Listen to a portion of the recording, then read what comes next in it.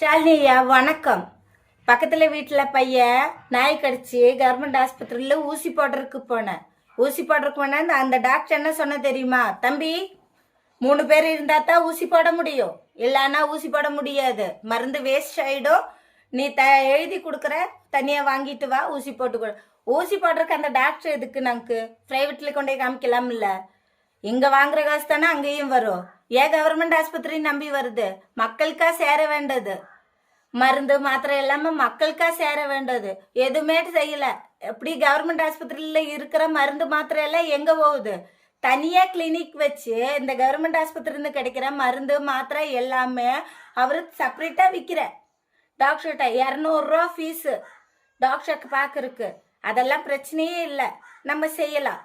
இந்த கவர்மெண்ட் ஆஸ்பத்திரி நாங்கள மாதிரி இருக்கிற ஏழை பிள்ளைகளுக்கு தான். இந்த ஏழை பிள்ளைகளுக்கே கிடைக்கல.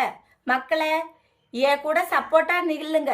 என்ன, நாங்கள மாதிரி இருக்கிற ஏழைகளை என்னைக்கு ஏழையாக தான் இருக்கணும். கரெக்டு தானே? கரெக்டான கூட எனக்கு ஒரு சப்போர்ட் பண்ணுங்க.